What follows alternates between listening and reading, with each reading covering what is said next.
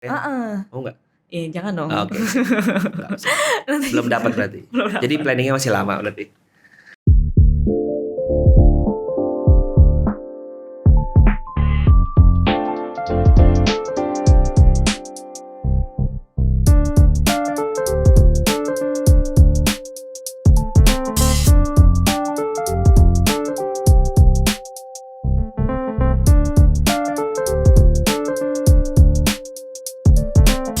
Salam diplomat, siap bikin gebrakan.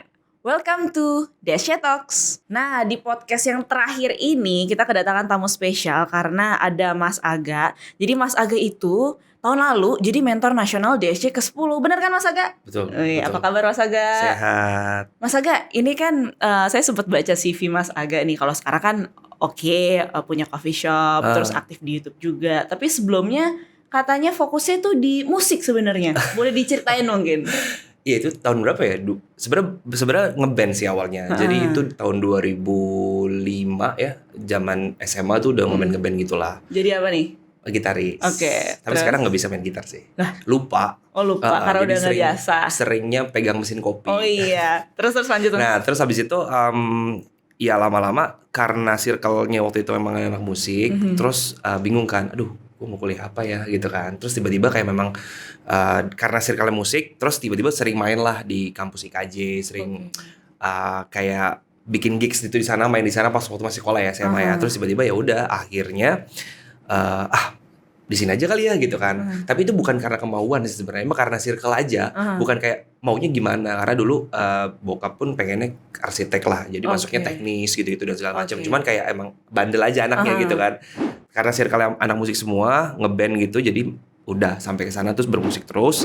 Cuma pernah mencoba untuk kayak recording sendiri, terus kemudian pernah mencoba untuk bikin event sendiri pun ya apa ya, growth-nya dikit banget karena band ini zaman dulu kan agak tricky ya. Maksudnya harus recording sendiri, harus biaya sendiri dan lain-lain segala macam gitu. Jadi memang awalnya sebenarnya masuk ke kopi pun karena dikenalin sama salah satu manajer bandku.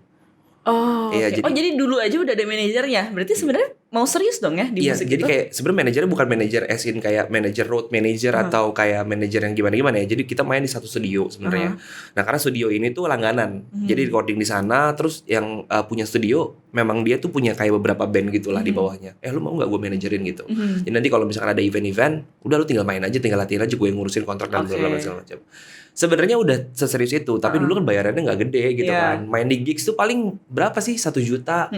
Belum lagi dibagi-bagi. 5 orang, kru dan lain-lain gitu kan. Cuman jadi well prepared aja kalau kita mau misalkan diundang untuk manggung, udah ada manajer sendiri, udah ada kru untuk check sound sendiri. Jadi nggak yang kayak band-band biasa yang datang personilnya langsung yang check sound gitu kan.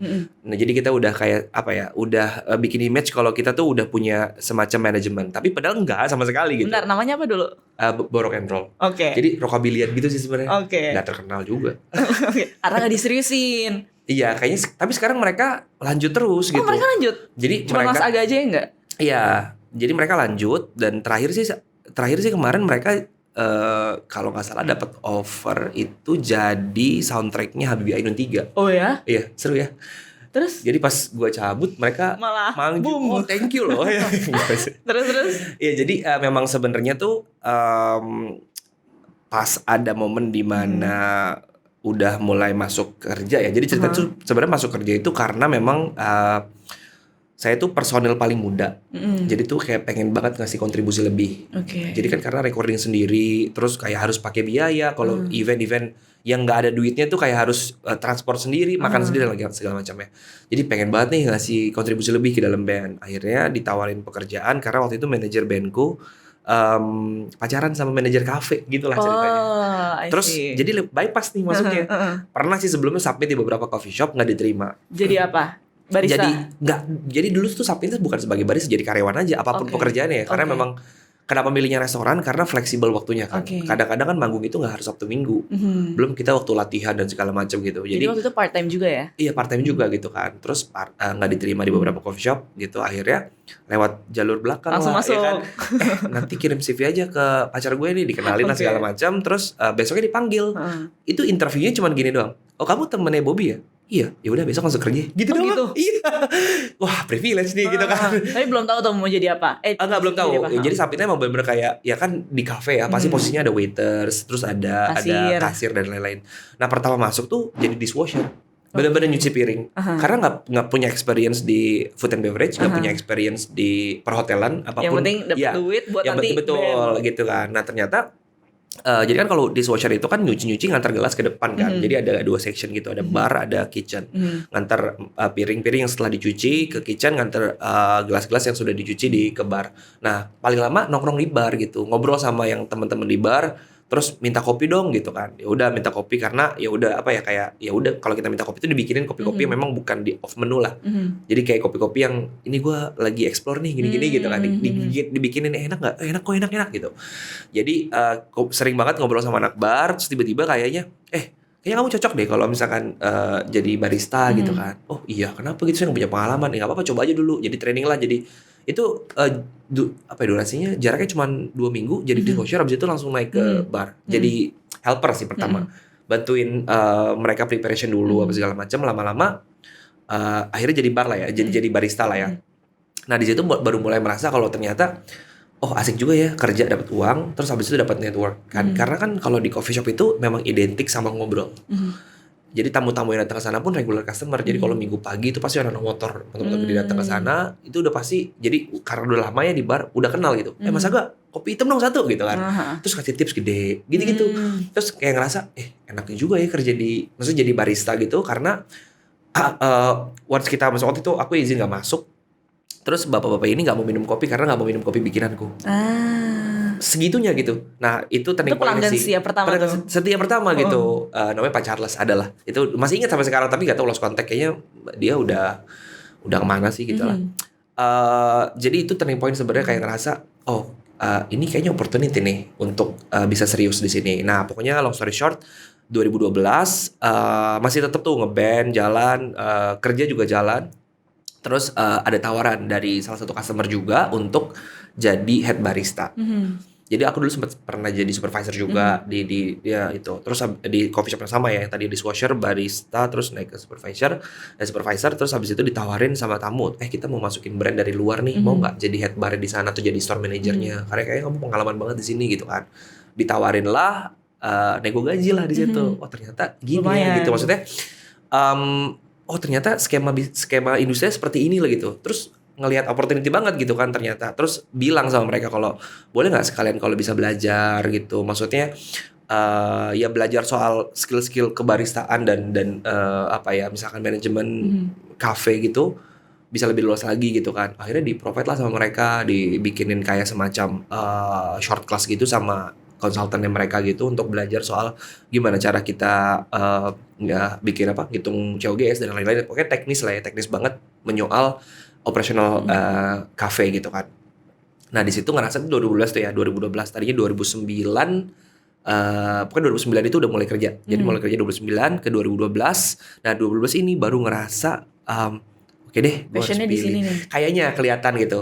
Nah, ikut kompetisi kecil gitu. Karena pengen bercommunity. Karena kompetisi yang pertama tuh di mana dan namanya apa? Dulu namanya Latte Art Throwdown. Itu kompetisi battle latte art pertama di Indonesia. Mungkin diadain sama salah satu blog ya mungkin ya kalau bisa dibilang ya, blog kopi gitu namanya cikopi.com. Terus waktu itu pertama kali opening coffee shop namanya 115 itu di Gandaria. 115 Coffee. Ya tahu ya. Tahu dong, pernah sana juga. Pernah sana juga kan. Di Gandaria itu pertama kali tahun 2012 gitu.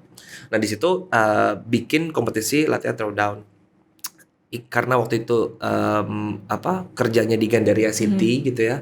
Terus kayak deket nih. Coffee shopnya di Gandaria City waktu itu. Cerita udah pindah nih. Udah pindah, udah oke lah di provide semua kayak ilmu-ilmu baru soal manajemen cafe, operasional dan lain-lain. Akhirnya pindah kerja, udah mulai tuh. Nah, dulu zaman Twitter tuh nyari kan komunitas barista apa sih gitu kan. Ternyata ada satu komunitas barista yang akhirnya mereka tuh nyebar flyer kalau ada competition nih gitu kan. Datanglah kalau ke situ daftar tanpa tahu regulasinya seperti apa. Jadi yang lain tuh datang ke sana, mungkin yang lain itu udah pernah ngumpul-ngumpul sebelumnya. Nah, aku nih kayak orang ada yang pengalaman, masih pengalaman. baru. Terus yang lain tuh udah kayak pakai kemeja keren gitu ya, karena mau tanding kan. Mas Aga pakai apa? Pakai baju seragam dong. Seragam. Kayak ada tulisan brandnya gitu. Oh, iya. Baju merah kayak Mas dari mana ya? Saya daftar tadi gitu, kayak gitu-gitu lah pokoknya. Tapi diterima karena waktu itu pesertanya sebenarnya open registrationnya buat satu Indonesia. Cuman karena mungkin waktu itu jumlah barista tuh masih hitung pakai jari ya, nggak sebanyak itu gitu. Dan yang punya passion tuh mungkin ya nggak banyak gitu ya, nggak sebanyak itu. Dan jadi ada sekitar 18 orang yang ikut. Itu ya udah battle kan, kalau battle tuh katanya nggak ada regulasi, ya udah subjektif aja nilainya. Jurinya itu ada 1 orang kopi, 2 1 blogger sama 1 fotografer. Jadi kenapa subjektif? Karena ini battle, yang dinilai bukan cara kita bikinnya, tapi visual akhirnya. Kan itu gambar-gambar di atas kopi, pernah tahu sih kayak digambar-gambarin beruang apa. Nah itu yang ditandingin tuh itu. Tapi dicicipin juga sama mereka? Enggak, jadi cuma visual. Nah kalau latte art itu yang dikompetisikan atau yang dinilai itu adalah cara kita mengolah, iya betul, servingnya, visualnya lah. Jadi gambarnya bagus-bagusan gitu. Susah-susahan sama bagus-bagusan. Kan ada yang kadang-kadang dibalik-balik gitu kan sampai jadi suatu gambar gitu. Itu gitulah.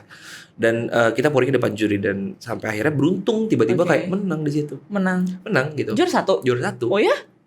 Itu nggak nyangka banget. Tapi ada basic kayak suka gambar. Oh iya memang jadi waktu belajar emang belajarnya pertama kali bukan rasa.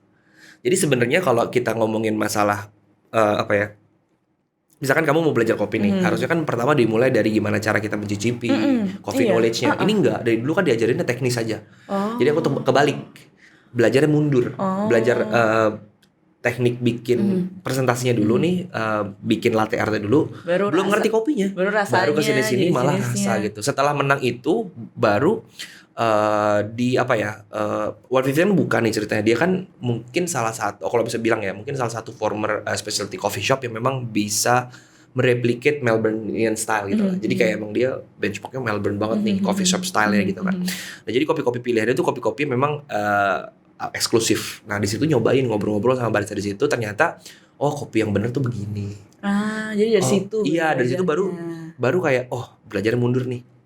Nah pokoknya pas di situ tuh ditawarin lagi karena menang kan. Jadi karena menang ditemenin jadinya. Ditemenin sama komunitas. Kalau menang jadi nggak ditemenin. Karena menang ditemenin, dideketin kayak ikut kongres ya segala macam gitu kan. Terus habis itu disamperin sama satu jurinya bilang gini, lo kenapa nggak mau ikutan national competition aja? Nah itu kalau yang saya lihat di sini Mas Aga tuh ikut banyak banget kompetisi kan setelahnya. Iya betul setelahnya. Kayak nih saya bacain ya, ada yang Indonesian Brewers Competition, terus Asian Barista Championship Asian Food and Hotel sampai Indonesia Barista Competition. Nah setelah itu menang terus juga. Sebenarnya baru juara satunya lagi. Coba gini, kalau menang terus top 3 lah ya. Tapi menang juara 1 tuh udah 3 kali 4 kali lah ya. Terus kemarin 2018 baru terakhir juara 1 lagi. Karena itu kan event tahunan ya sebenarnya. Jadi itu kompetisi, ada di kopi ini ada 4 kategori sebenarnya. Ada barista competition, ada brewers, kemudian ada latte art, dan ada cup tasters. Satu lagi apa ya? Enggak, kalau baru 4 ya, 4 kategori. Aku pernah ikutin ketiga-tiganya. Jadi cup tester belum pernah. Penasaran. Karena gini, karena dari kompetisi, kenapa ikut lagi? Karena dari kompetisi pertama dapat teman banyak. Jadi tujuannya sebenarnya bukan menang. Jadi untuk nyari networking. Jadi dari awal konsisten karena untuk ngebangun kayak network itu. Network itu. Karena percaya nggak percaya 2013 pokoknya ceritanya ikut kompetisi nasional nih karena ditawarin kan. Oke, ikut kompetisi nasional. Preparation di salah satu coffee shop di Fatmawati, Get Back namanya. Terus kemudian setelah menang, menang juara 1 di regional. Jadi kompetisinya itu karena Indonesia kan luas banget, dibagi dulu nih regional baru nasional. Regional itu waktu itu ada 5 kota, ada Jakarta, Bandung, Surabaya, mana lagi ya? Jogja sama apa sih satu lagi, Jakarta, Bandung, ya pokoknya 5 lah, 5 kota. Nah aku masuk Jakarta. Di Jakarta itu ada 75 peserta dan menang. Setelah menang masuk ke nasional dong. Nasionalnya itu di Kemayoran. Nah pokoknya setelah menang dikirimlah ke Thailand untuk tanding di kejuaraan Asian Barista Championship. Kalau nggak salah di itu FHT, Food and Hotel Tourism. Itulah aku lupa namanya, itu 2013. Nah setelah situ pulangnya ditawarin kerja sama salah satu brand coffee juga yang cukup terkenal sebenarnya untuk jadi orang pertama yang ngedevelop brand itu. Jadi pentingnya apa sih menurut Mas Aga tuh kayak network itu dalam pekerjaan ini? Penting banget. Kalau misalkan kita nggak ada network, kita nggak akan bisa sampai sekarang gitu. Kita mungkin nggak akan kenal gitu. Jadi menurutku ya, untuk cari networking itu kan sebenarnya medianya banyak banget gitu. Nah, kompetisi ini salah satunya sebenarnya. Salah satunya kenapa gitu? Karena selain kita bisa dapetin network, kita juga bisa showcase performance kita gitu, skills. Tapi bukan sombong ya, tapi at least orang bisa ngelihat kalau kita tuh ada isinya aja gitu. Gue kerja di kopi nih spesifik untuk satu industri gitu, dan gue fokus di sini. Dan gue benar-benar kayak ngegali, ngulik gimana caranya supaya bisa memberikan sebenarnya edukasi ke orang kalau barista tuh kerjaannya bukan cuman sekedar bikin kopi that's it. Tapi kita juga storyteller. Kita juga kan itu presentasi kan gitu. Jadi kompetisinya tuh presentasi. Kompetisinya tuh kayak harus multitasking gitu. Kita bikin kopi sambil ngomong. Oh iya. Iya, jadi kayak kita presentasi tuh nggak boleh berhenti. Kalau kan ada penilaian. Jadi ada 3 penilaian, ada sensori, ada visual, ada technical. Jadi visual ini juri itu melihat kita mempresent teknik dan kopi yang kita pakai. Kalau jurinya tiba-tiba nggak ngerti apa yang dikasih tahu, ya nilainya akan hilang di visual itu. Kayak gitu. Nah terus waktu ikut kompetisi World Barista Championship, apa yang kurang dari Mas Aga sampai kok nggak bisa lolos ke itu babak selanjutnya? Ya jadi sebenarnya WBC ini, World Barista Championship ini salah satu wishlist ya. Jadi kalau mungkin kamu juga pasti punya wishlist ya. Nah salah satu wishlistku adalah waktu itu salahnya nih sebenarnya adalah gue pengen tanding di WBC. That's it. Bukan wishlist adalah gue mau menang dong atau mau top 3 di WBC. Dan itu ternyata ngaruh banget sebenarnya. Karena emang secara nggak langsung kita menyuruh diri kita untuk melakukan atau ngejar achievement itu gitu. Tanding lah, bener-bener ngabisin energi banget tanding, karena kalau mau tanding di WBC itu harus menang nasional dulu. Kalau nggak menang nggak akan dikirim karena cuma 1 orang dari 1 negara. Jadi waktu itu ada 57 negara, masing-masing perwakilan dari negara masing-masing. Jadi benar-benar energinya itu habis untuk di nasional. Fokusnya untuk mengejar gimana caranya bisa dapat tiket ke WBC dulu. Nah pas di WBC udah stres. Jadi waktu itu menang sebenarnya bukan menang senang, menangnya stres. Kenapa? Karena waduh 2 bulan lagi harus tanding di World lagi, skala lebih besar dan nggak mungkin pakai produk yang sama gitu ya, dan nggak mungkin pakai cara yang sama, harus beda dan layoutnya beda, teknisnya beda dan segala macam gitu. Jadi harus bikin preparation baru lagi. Yang bikin nggak siap adalah dulu karena maksudnya kita tuh tim ya, nggak ada pengalaman tanding di kejuaraan dunia. Jadi di Indonesia tuh ada beberapa kompetitor yang memang sebenarnya dia udah berkali-kali tanding di sana. Cuman kan karena kita kompetitor ya, sebenarnya kalau kita nanya menyoal gimana sih tanding di sana, sebenarnya nggak apa-apa harusnya gitu. Karena bawa nama negara bukan bawa nama perusahaan kan. Cuman kayak ada sisi nggak enak gitu. Gue prepare sendiri aja, gengsi gue nanya dia gitu ceritanya gitu. Jadi udahlah akhirnya preparation sendiri. Tapi sebelumnya gini, itu kan 2018. 2017 itu aku datang ke WBC buat jadi volunteer. Jadi biar tahu volunteernya dorong-dorong troli aja. Jadi ngebantuin semua kompetitor untuk bisa preparation di competition. Terus nggak tahu gambarannya kayak gimana, teknisnya dan lain-lain. Aku ngerasa kalau gini, kan untuk ngejar wishlist itu kan sebenarnya banyak banget prosesnya. Nah si volunteer ini salah satu salah satu poin di mana aku belajar gimana caranya kita bisa preparation dengan baik di backstage. Kan orang tuh cuma ngelihat di video misalkan 15 menit doang, padahal di backstage tuh wah kita deg-degan lah gimana cara tasting kopi dan segala macam. Itu belajar waktu itu di WBC di Korea itu 2017, jadi volunteer di sana, ngobrol sama kompetitor dari beberapa negara. Akhirnya dia kasih tahu kalau tekniknya itu kayak A, B, C dan D gitu triknya ya. Aplikasiin di nasional, menang lah. Terus aplikasiin lagi di World, ternyata beda pressure-nya. Kenapa beda? Karena ya itu tadi kompetitornya makin canggih, terus kreativitasnya makin jago-jago lah ya, karena kan itu harus nuntut kreativitas juga gitu loh, kayak gitu-gitu loh. Nah yang bikin kalah tuh karena di kompetisi barista itu kita dikasih waktu 15 menit sebenarnya. Yang menang waktu itu dari negara mana? Namanya Aga juga, Agnieszka. Dari Polandia. Dari Polandia. Jadi 2018 itu sebenarnya kayak seneng tapi sedih gitu. Sebenarnya kalau aku nggak overtime, jadi ceritakan dikasih waktu 15 menit, tapi di situ aku 15 menit 58. Kalau 16 menit itu diskualifikasi. 2 detik lagi tuh diskualifikasi. Tapi kita udah bilang time itu di 15.58. Dipotong 58 poin. Dan kalau nggak dipotong poin itu bisa masuk ke babak selanjutnya. Itu yang bikin nyesel sebenarnya. Jadi yang bikin nyesel adalah diambil 16 orang dari 57 negara. Aku posisi 17. Bayangin juga kayak Jadi kurangnya apa tuh? Maksudnya kalau menurut Mas Aga Poin-poinnya, sendiri, ya itu dipotong bukan poin. maksudnya menurut Mas Aga tuh kurangnya Mas Aga pada saat kompetisi itu dibandingkan sama barista yang lain itu Preparation apa? sih sebenarnya. Preparation berarti. Preparation sama lebih ke mental sih.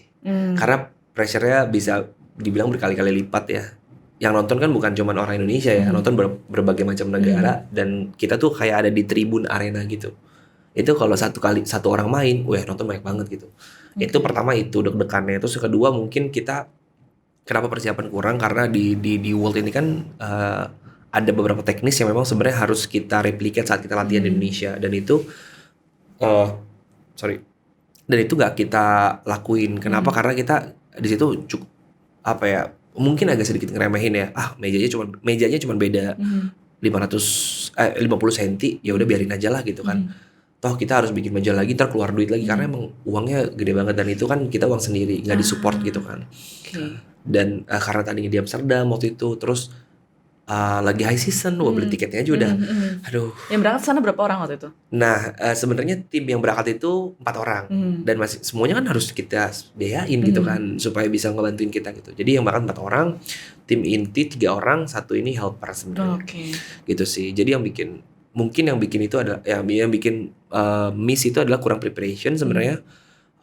Sama mental sih ya, kayaknya harus apa ya? Pressure-nya tinggi mungkin ya, karena mungkin sebelumnya belum punya pengalaman kompetisi yang segitu gede. Iya pertama kali juga kali ya, pertama kali. Tapi apa ya, pelajaran sih. Kalau aku mikirnya gini, oke itu jadi sebuah pelajaran untuk apa ya, untuk bisa dipakai nanti mungkin di kompetisi selanjutnya karena yaitu ya udah deh, gue kan kemarin mintanya cuma tanding di World Barista Championship, gue nggak minta untuk gue menang atau gue nggak minta untuk top 3 lah. Nah next wishlistnya lagi mungkin kita bikin top 3 World Barista Championship. Amin semoga.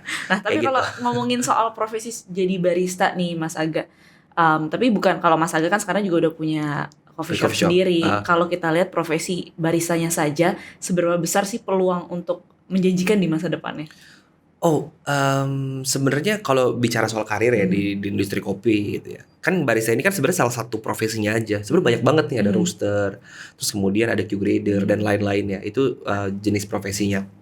Menurutku sebenarnya kalau paling gampang emang entry point-nya dari barista, karena ya kalau tiba-tiba langsung jadi roaster harus butuh keahlian khusus yang memang dipunya di barista gitu lah. Menurutku karirnya bakal bagus banget sebenarnya kalau serius ya. Kalau gini, karena kalau aku ngelihat karena kopi lagi happening, banyak orang yang memang shifting mau kerja jadi barista, ya kan? Jadi karena mereka tuh bukan berangkat dari apa yang mereka suka, tapi mereka berangkat dari tren sebenarnya. Wah lagi tren nih coffee shop, gue jadi barista, keren soalnya gitu kan. Itu yang sebenarnya harus dirubah sih mindsetnya. Kenapa? Karena emang sebenarnya semua profesi itu pasti ada karir lah ya, mau itu apapun profesinya ya. Menurutku, asal kita fokus di satu tujuan aja. Purpose-nya apa sih sebenarnya? Sama, aku juga waktu itu purpose-nya nggak ada. Sebenarnya awal-awal tuh coincidence aja, semuanya tuh nggak sengaja gitu. Akhirnya jadi barista, tapi pas udah mulai fokus, purpose-nya apa sih sebenarnya? Ya mungkin kalau kayak fotografer, gue pengen punya studio sendiri deh. Sama gitu. Gue pengen punya rumah sendiri, tapi gimana caranya supaya punya rumah sendiri tuh gak gampang gitu. Kita harus ada proses untuk mencapai ke rumah itu. Belajar gimana cara ngebangun rumahnya, belajar gimana cara misalkan let's say beli bahan baku yang murah, kayak gitu-gitulah. Jadi bukan cuman teknis doang yang pelajari nih gitu. Kalau kita cuma belajar teknis mungkin ya akan bisa tergantikan. Mungkin ada tren baru lagi, pindah mungkin. Karena cuma belajar teknis doang. Tapi kalau kita belajar sampai dalam-dalamnya, bukan kulitnya doang, itu akan nge-trigger kita untuk lebih kayak dig deeper lagi. Oh ternyata tuh kopi begini seru banget dan bla bla bla segala macam. Akhirnya secara nggak langsung dia merasa kalau ini passionnya dia, gitu. Passion itu nggak kelihatan sebenarnya kan ya. Itu bisa dilihat orang gitu. Kita nggak bisa bilang, gue passion banget di kopi. Nggak bisa. Kalau waktu itu orang lain yang ngasih tahu atau Mas? Orang lain yang ngasih tahu. Kenapa? Karena ya itu, lo ngapain sih ngabisin waktu buat preparation kompetisi gitu? Ya karena gue punya satu tujuan gitu. Ya itu bilangnya sih pertama kayak gitu ya, terus kedua kayak lama-lama gue suka nih passion lo gitu, kayak dari situ oh iya ternyata emang passion gue di sini gitu. Kayak berpikir oke, bermusik itu nggak harus dalam sebuah band, bisa sendirian kalau pengen gitu kan. Tapi kalau tiba-tiba aku pilih bermusik, nggak bisa balik lagi jadi barista, harus dari nol lagi. Tapi kalau fokus di barista, aku bisa sambil bermusik. Tapi sekarang masih musik? Tidak, dengerin aja. Itu dari tahun berapa berarti ya keluar ya? Dari 2012. 2012 Sebenarnya ngundurin diri sebelum dikeluarin, lebih tepatnya. Dikeluarin apa ngundurin diri jadi? Ngundurin diri, besoknya mau dikeluarin. Udah denger nih gosip-gosip, lu mau dikeluarin tahu? Oke, gue ngundurin diri sekarang. Gitu. Terus ceritanya punya coffee shop sendiri gimana? Nah, partnerku adalah customerku. Iya, kayak FTV gitu. Partnerku adalah customerku. Jadi apa namanya? Partnernya itu waktu itu pelangganan customer gitu. Makanya tadi aku bilang kan sebenarnya dimanapun ada gimana pun caranya kita tuh kan harus harus kelihatan memang suka sama pekerjaan kan. Orang tuh akan ngelihat berbeda gitu. Mungkin itu yang dibilang passion ya. Kalau lu ngerjain sesuatu karena lu suka, lu nggak akan kelihatan lu capek, ngeluh dan lain-lain. Nah, ketemu partnerku itu waktu itu pas aku lagi preparation kompetisi 2013 sebenarnya. Itu masih di coffee shop yang pertama berarti? Enggak, udah pindah ke Get Back tadi yang di Fatmawati. Oke.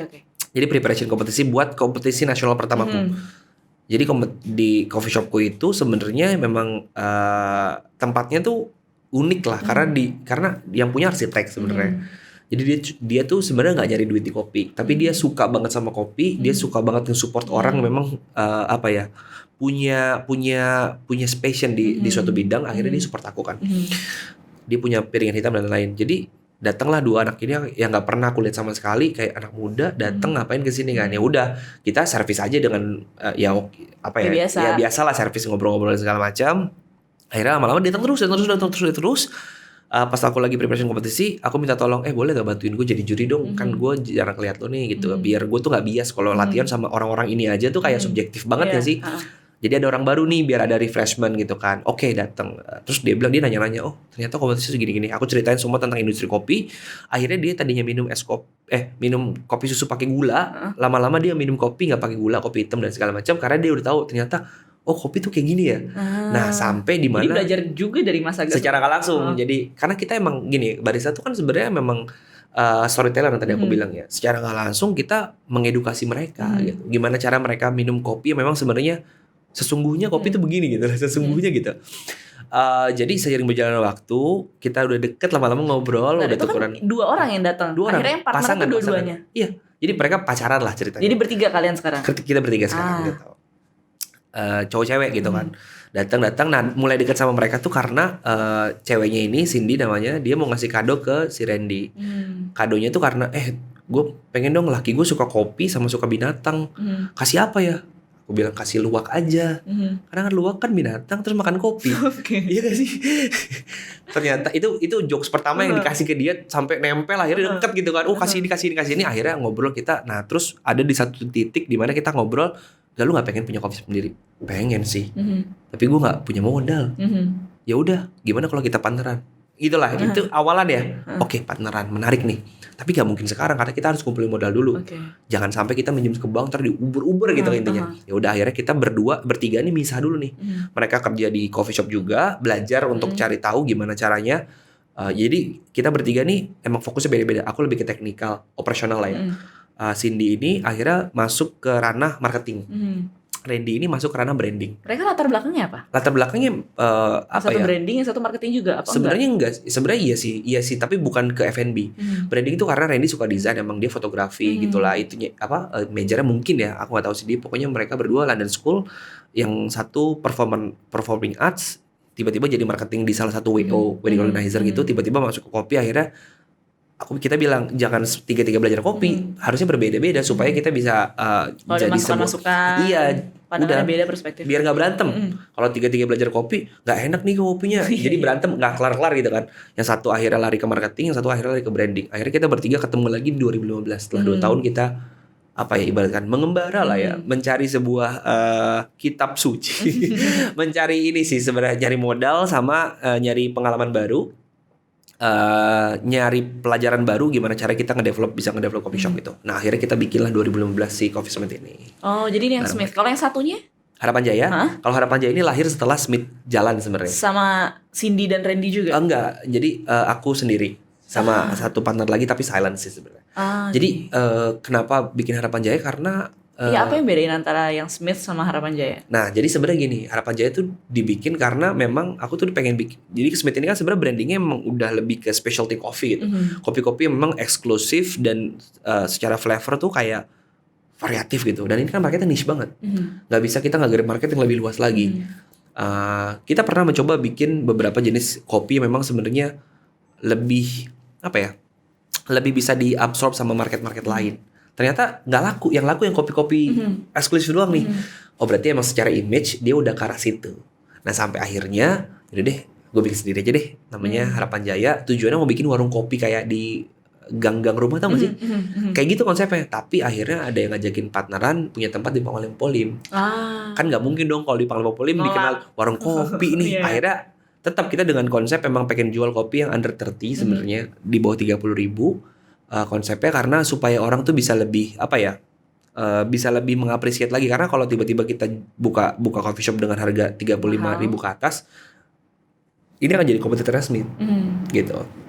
Nah gimana caranya kita tidak ngambil market Smith, tapi ngambil market yang lebih beda lagi gitu. Nah akhirnya bikinlah Harapan Jaya. Tapi waktu itu bikin Harapan Jaya karena memang punya satu program bikin namanya co-roasting space. Kan kalau co-working space itu memang dipakai orang untuk kerja. Nah kalau co-roasting space dipakai orang untuk kerja juga, tapi roasting. Jadi karena waktu itu banyak banget coffee shop, kan itu 2017 ya, Harapan Jaya itu 2017. Itu udah mulai coffee itu udah mulai naik lah. Banyak yang buka coffee shop.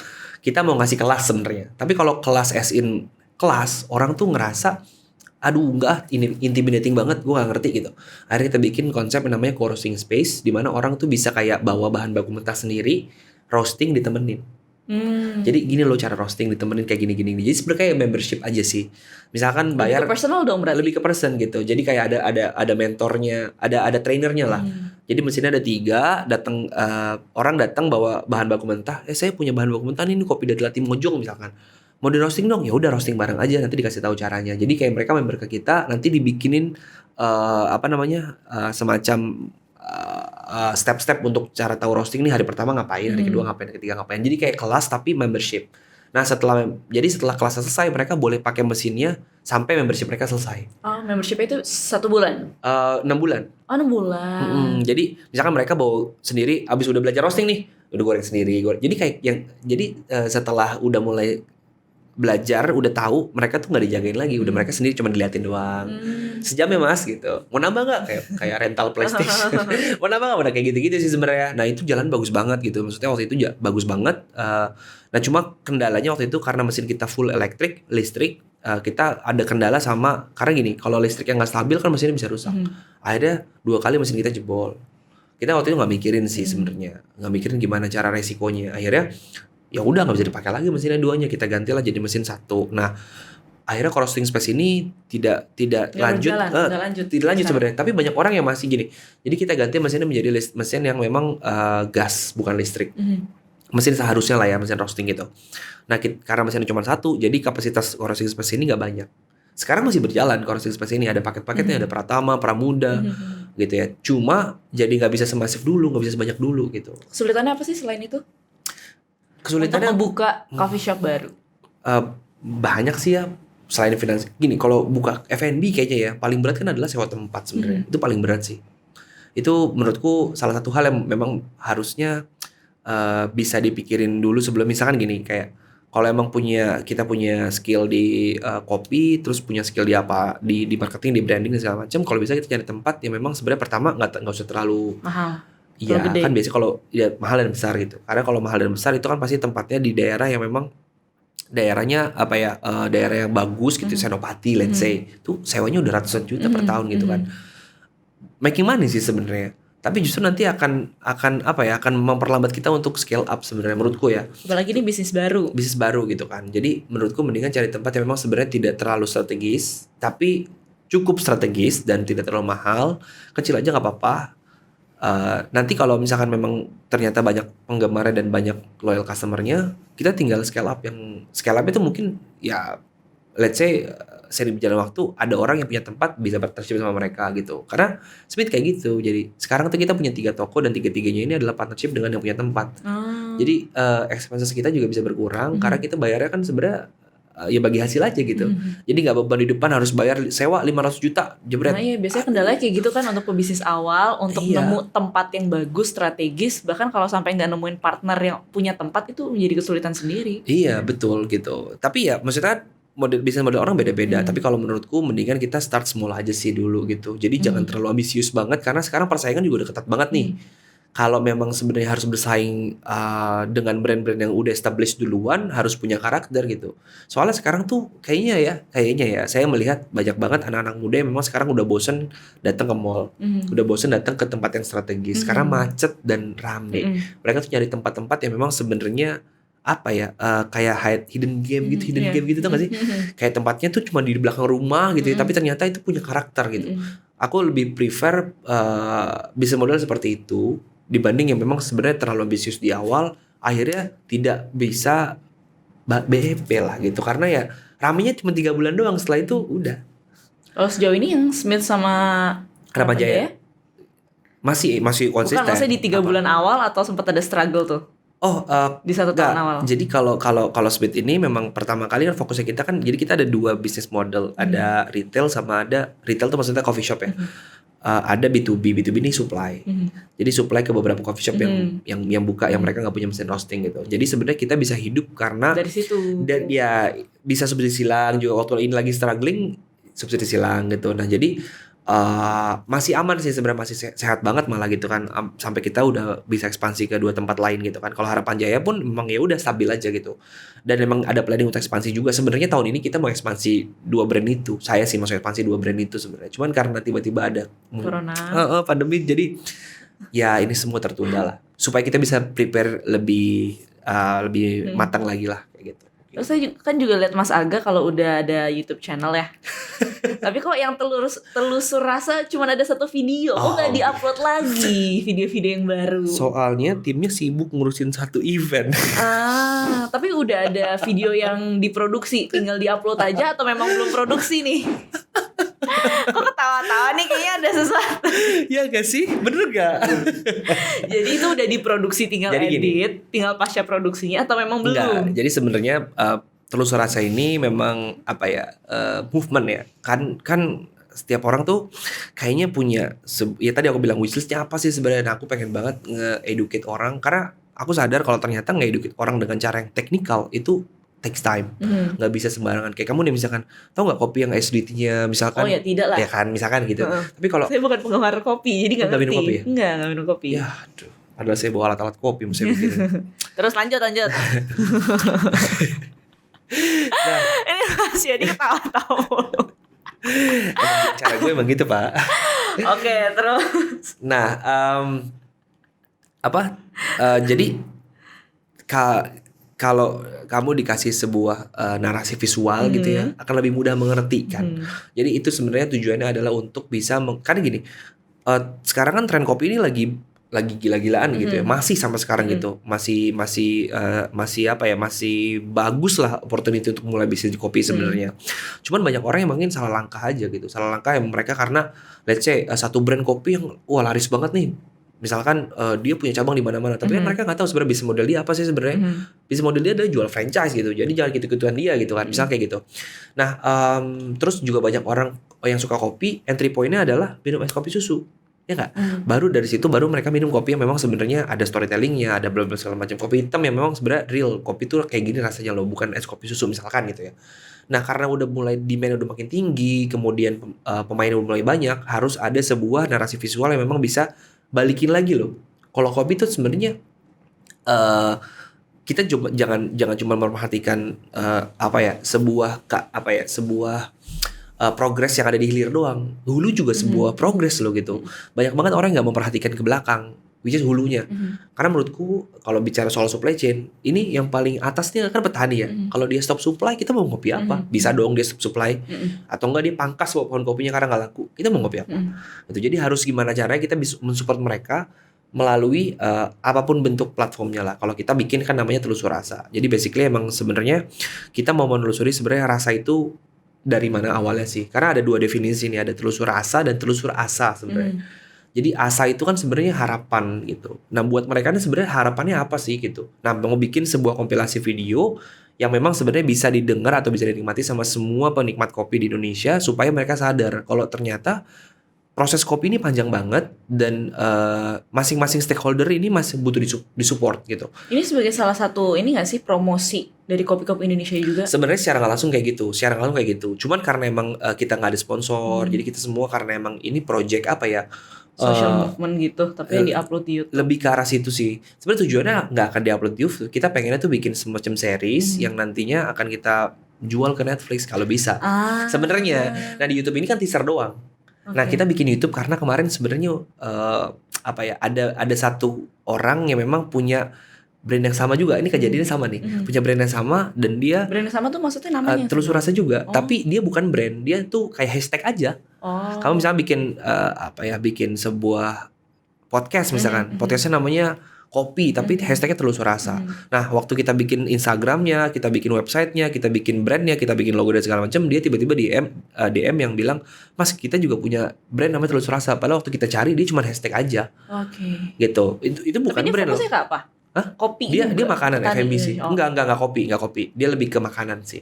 Nah, terus kemarin kita kan daftarin namanya ke Haki, akhirnya dia daftarin juga Jadi gitu-gitu. yang duluan siapa? Yang duluan kita, Oke. yang duluan kita gitu. Kita udah punya lawyer yang memang bisa ngurusin semua itulah. Oke. Yang duluan kita. Nah, ya intinya sebenarnya kita posting di YouTube itu tujuannya supaya orang tahu kalau kita masih eksis. Kita masih tertunda karena pandemi sih sebenarnya. Bukan sibuk, timnya tuh nggak sibuk. Sebenarnya ada waktu, cuman karena pandemi. Salah satunya aja. Mas Yadi ini timnya. Iya, Makanya dia kayaknya dipakai kepala. Mas Yadi sebenarnya. Oh dipakai Di- Mas iya, Yadi. Oh berarti jasanya. tim 2 orang ini yang Iya videografer di bisa, belakang ini. coba tanya aja. Oh gitu. Tapi kontennya udah ada berarti Mas. Kontennya udah ada, jadi ada dua origin. Jadi basically sebenarnya season 1 ini kita mau nge-capture apa ya, kesejahteraan petani sebenarnya dan lebih ke harapan petani kopi dari masing-masing origin yang memang sebenarnya punya sebuah karakter unik gitu. Kayak pertama kali kita syuting di Bowongso, Wonosobo itu unik banget. Kenapa? Karena mereka tuh sebenarnya nggak pernah jual kopi mentahnya keluar, tapi ekonomi mereka tuh berputar di situ aja tuh. Jadi kopi ini awalnya mereka masuk ke dalam kopi ini bukan karena pengen jualan kopi, tapi ini menjadi media konservasi. Karena mereka ngerasa kalau ternyata Bowongso ini makin lama makin banyak penduduknya, makin kurang sumber air. Akhirnya mereka harus konservasi alamnya mereka, tanamlah pohon kopi. Jadi jadilah itu sebuah trigger untuk mereka nanam kopi, panen, konsumsi sendiri sampai hari itu menjadi sebuah bisnis. Next rencananya apa lagi?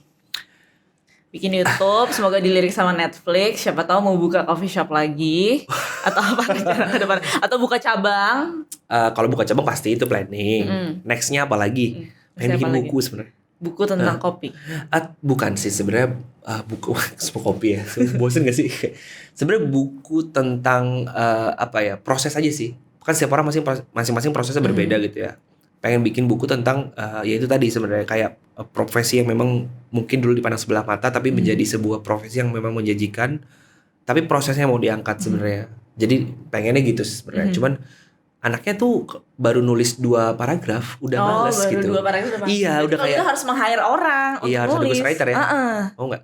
Jangan dong. Oke. Nggak usah. Belum dapat berarti. Jadi planningnya masih lama berarti. Udah itu berarti ya. Kayaknya Rencana sih, bikin kayaknya buku. Rencana pengen di tahun ini apa tahun depan? Sebenarnya rencananya tahun ini. Cuman kan Karena ada pandemi juga alasannya. Semuanya disalahin karena pandemi.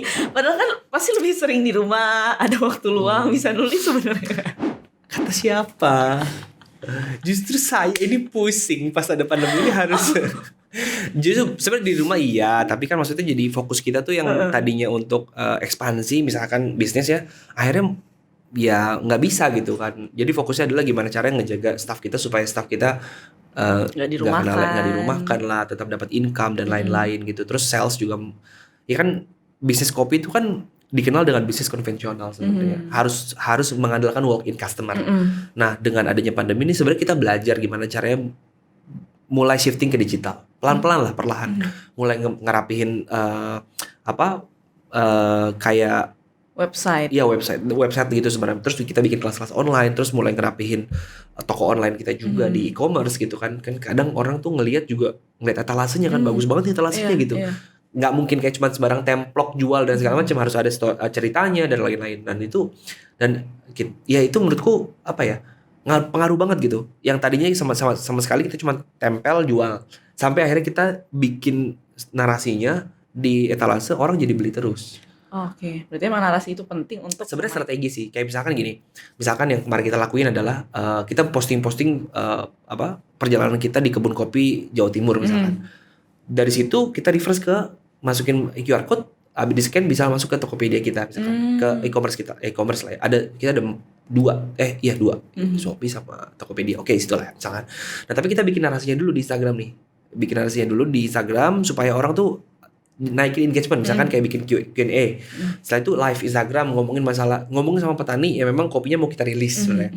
Ngobrol-ngobrol, habis itu rilis di e-commerce, jebret itu satu hari laku 200 packs. Oh ya? Karena emang mungkin banyak orang tuh yang belum ngerti jenis-jenis kopi Indonesia tuh ada berapa dan ada apa aja. Betul. Jadi dengan narasi itu tuh penting untuk naikin penjualan juga. Betul, apalagi digital kan sekarang, apalagi e-commerce banyak banget kompetitornya kan. Jadi harus punya strategi gimana cara dagangnya.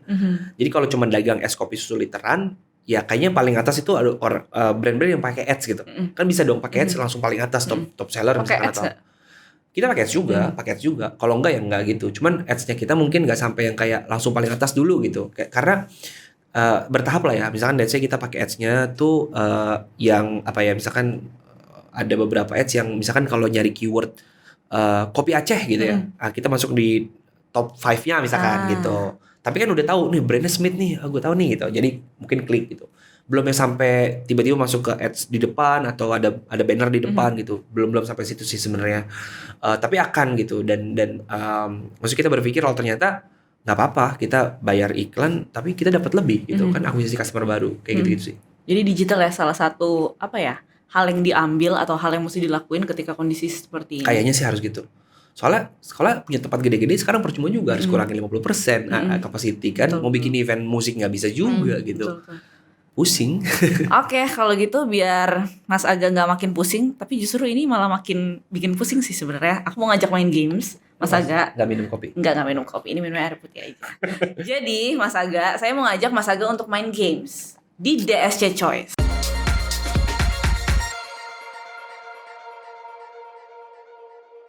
Jadi Mas Aga, ini ada 3 pertanyaan yang bakal saya ajuin ke Mas Aga. Mas Aga hanya perlu pilih antara option A atau option B.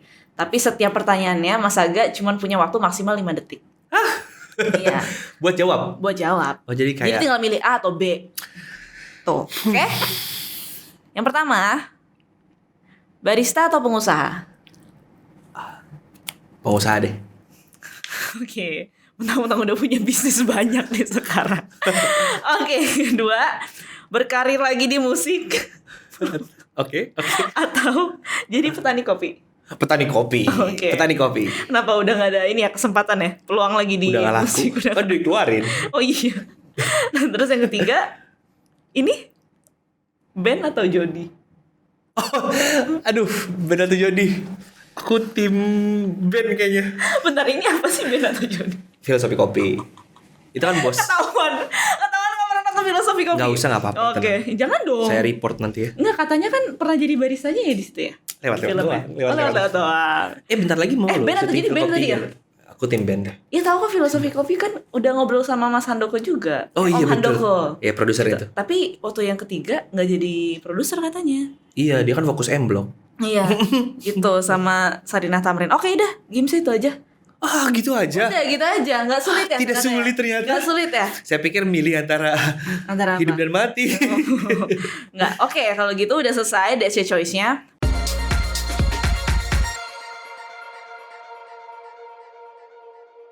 Mas Aga, ini pertanyaan yang mungkin sangat berkaitan dengan pekerjaan Mas Aga sekarang. Arti kopi buat Mas Aga apa? Kopi itu